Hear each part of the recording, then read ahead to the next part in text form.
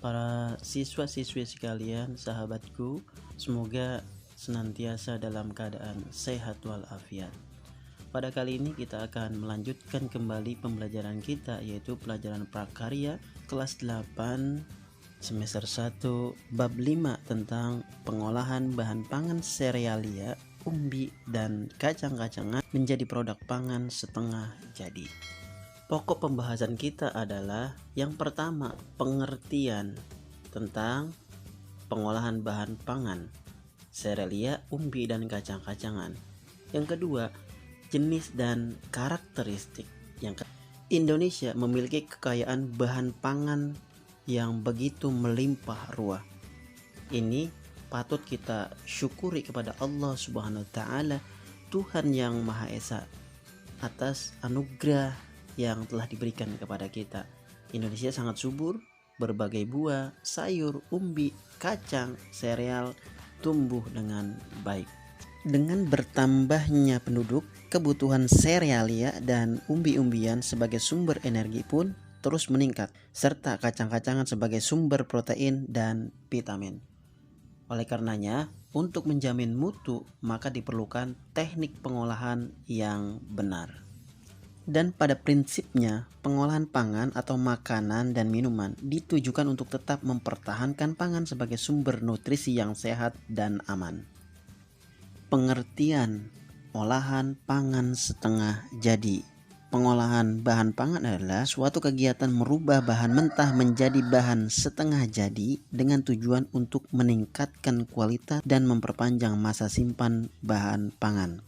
Dengan demikian, olahan pangan setengah jadi adalah mengolah bahan baku pangan dengan proses pengawetan baik secara kimia maupun fisik maupun mikrobiologi menjadi aneka ragam olahan pangan setengah jadi sebagai bahan baku pangan. Ada beberapa keuntungan pengolahan setengah jadi. Yang pertama, menjadi bahan baku yang fleksibel untuk industri pengolahan lanjutan. Yang kedua, dapat diperjualbelikan antar daerah dan sebagai komoditas ekspor. Yang ketiga, aman dalam distribusi dari satu tempat ke tempat lainnya. Yang keempat, dapat dikemas lebih ringkas. Kelima, menghemat ruangan dalam penyimpanan. Keenam, mengurangi biaya dalam penyimpanan. Ketujuh, tahan lama. Berikutnya adalah jenis dan karakteristik. Ada 3 macam, yaitu jenis olahan pangan setengah jadi serealia, kedua jenis olahan pangan setengah jadi kacang-kacangan, dan yang ketiga adalah dari umbi atau jenis olahan setengah jadi dari umbi. Jenis olahan pangan setengah jadi dari serealia yang pertama adalah beras, kedua jagung, ketiga gandum, yang keempat sorghum. Beras, kita ketahui ini makanan pokok kita ya, mengandung gizi, karbohidrat, protein, vitamin dan mineral. Sedangkan jenis olahan setengah jadi dari beras adalah kerupuk kendar, rengginang, tepung beras, bihun dan beras instan. Berikut kita lihat, ini adalah kerupuk kendar. Dia terbuat dari adonan nasi, kemudian dikeringkan, dijemur selama 2-3 hari lalu digoreng dengan minyak yang banyak.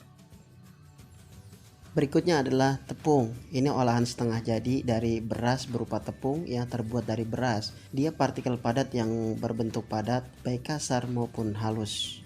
Ya, tepung beras 100% alami, tahan penyerap air dan tahan lama di lambung. Berikutnya, bahan utama pembuatan bihun dengan tambahan sodium disulfit, air tawas, air kausui untuk pembuatan bihun. Berikutnya adalah beras instan, yaitu beras yang diolah melalui 3 kali penggilingan dan penyaringan untuk memperoleh struktur berpori sehingga mempermudah rehidrasi. Apa itu rehidrasi? Rehidrasi adalah kemampuan penetrasi dari air mendidih ke beras menjadi lebih cepat, menjadi nasi juga lebih cepat. Selanjutnya adalah jagung. Selain untuk pengadaan pangan dan pakan, jagung juga bisa digunakan sebagai bahan dalam industri makanan, minuman, kimia dan farmasi. Ya, komponen nutrisi terbesar dari biji jagung adalah pati, yaitu 54,1 sampai dengan 71,7%. Sedangkan kandungan gulanya antara 2,6 sampai 12,0% tergantung jenis dan varietasnya. Komponen lainnya yaitu pentosan, serat kasar, dekrin, sukrosa dan gula produksinya. Sedangkan olahan setengah jadi jagung pipil kering, beras jagung, tepung jagung, dan jagung segar. Berikut ini jenis olahan dari jagung, yaitu jagung pipil. Dia berupa bulir jagung yang telah dipisahkan dari kelobot atau kulit yang melapisi buah dan dari tongkolnya, ya. Diolah menjadi maizena atau tepung jagung, ya, berondong, ciki rasa. Pempipilan dilakukan secara manual maupun dengan menggunakan mesin. Selanjutnya adalah beras jagung, ya. Dia dari jagung pipilan yang dikeringkan 1-2 jam dengan suhu 50 derajat Celcius. Lalu lakukan penggilingan agar kulit ari jagung terpisah dari lembaga dan endosperm. Hasil penggilingan dikeringkan hingga kadar air 15% sampai 18%. Pemisahan lembaga dapat meningkatkan ketahanan produk terhadap ketengikan karena endosperm mengandung kadar lemak yang cukup tinggi. Selanjutnya adalah tepung jagung. Dia merupakan produk yang fleksibel karena dapat digunakan sebagai bahan baku produk pangan dan mudah diterima di masyarakat. Tepung jagung umumnya dihasilkan dari beras jagung. Pembuatan tepung dilakukan dengan cara proses penepungan. Penepungan dengan cara kering menggiling beras jagung lalu diayak dengan ayakan bertingkat. Hal ini dimaksudkan untuk memperoleh berbagai tingkatan tepung, butir halus, agak halus, dan kasar. Sekarang kita bahas mengenai gandum. Gandum ada dua jenis, yaitu merah dan putih. Fungsinya adalah untuk melancarkan pencernaan dan menurunkan kolesterol.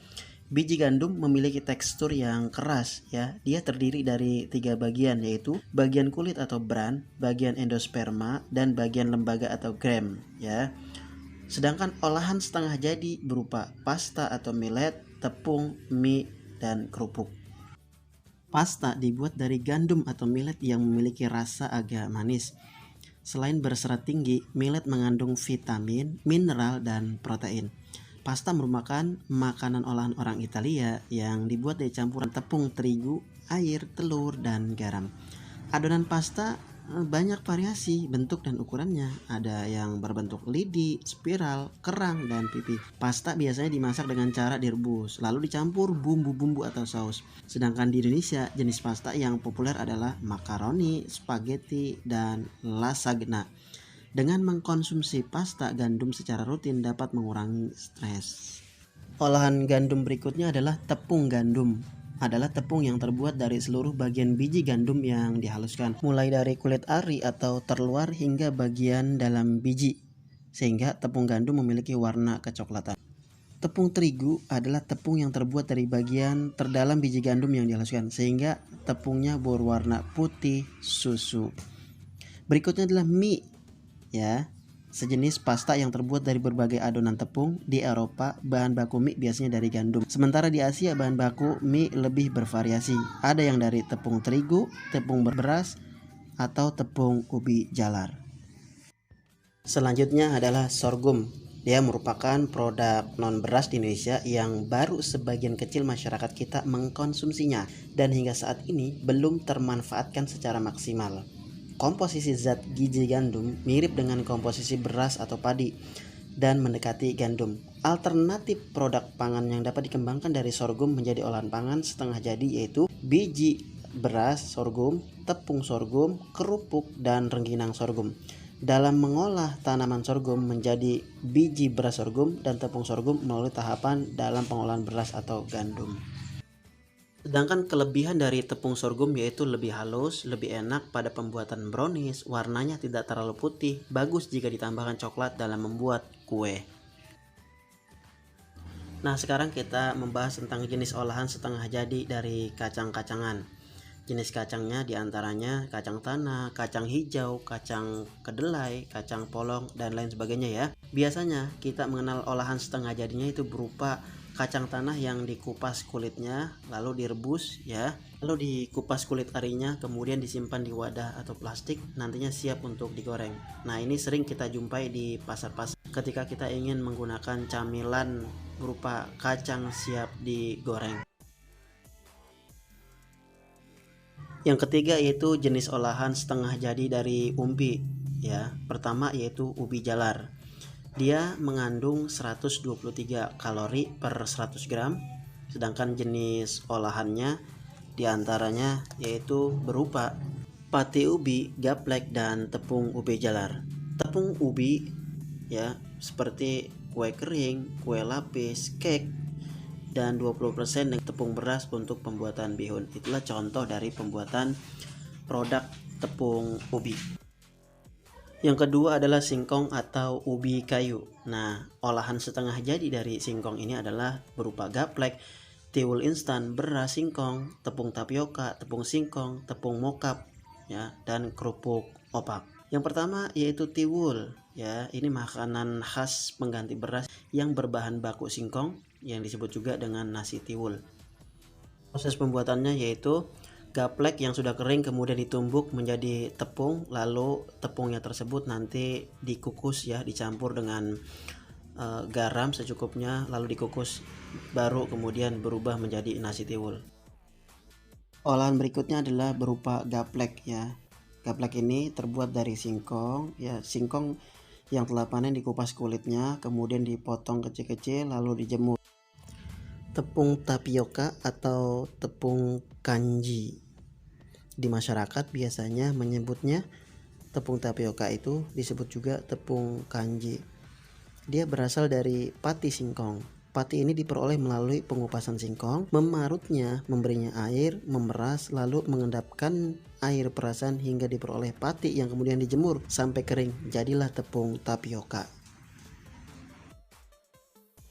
Ini adalah tepung mokaf, adalah tepung singkong atau ubi kayu yang dibuat dengan cara fermentasi. Pengolahan ubi kayu menjadi tepung gaplek masih menyisakan bau yang kurang diminati oleh industri pangan sehingga dimodifikasi, baik secara fisik, pengaruh suhu dan tekanan, atau kimiawi secara hidrolisis asam atau basa, maupun biologi yaitu dengan fermentasi. Untuk merubah karakteristik tepung atau pati ubi kayu, pengolahan dalam bentuk tepung memberikan banyak manfaat, diantaranya dapat diperkaya dengan vitamin dan mineral, awet, fleksibel dalam pengolahan, dan penyajian dapat disesuaikan dengan selera masyarakat dan variasinya banyak. Selanjutnya adalah kerupuk opak dari Jawa Tengah dan kerupuk tete dari Madura. Kerupuk ini dari singkong yang melalui proses pengukusan dan perebusan sebagai panganan cemilan tradisional. Berikut ini adalah talas ya. Olahan setengah jadi dari talas berupa tepung. Nah, keistimewaan tepung dari talas ini, kemampuan absorpsi terhadap lemak dan air sangat tinggi. Oleh karena itu, tepung talas sangat potensial digunakan untuk mempertahankan rasa dan memperpanjang umur simpan produk olahan daging serta produk-produk lainnya seperti weaved toppings, sosis, chiffon, dessert, brownies, ya, angel cake, cookies, mie, dan sponge cake. Berikutnya adalah kentang, ya. Seperti biasa, olahan setengah jadinya rata-rata itu ya berupa tepung. Kentang juga bisa digunakan atau dijadikan kentang beku ya. Seperti di Amerika Serikat, kentang bekunya itu menjadi kentang yang sangat terkenal ya, sebagai salah satu kentang berkualitas di dunia. Dari uraian tadi dapat kita simpulkan bahwa sebagian besar memang produk olahan setengah jadi itu dijadikan tepung, namun secara garis besar dapat dikelompokkan menjadi dua. Satu, bahan pangan yang tidak mudah menjadi coklat apabila dikupas, itu merupakan kelompok cerealia. Kedua, bahan pangan yang mudah menjadi coklat, yaitu dari kelompok aneka umbi dan buah yang kaya akan karbohidrat.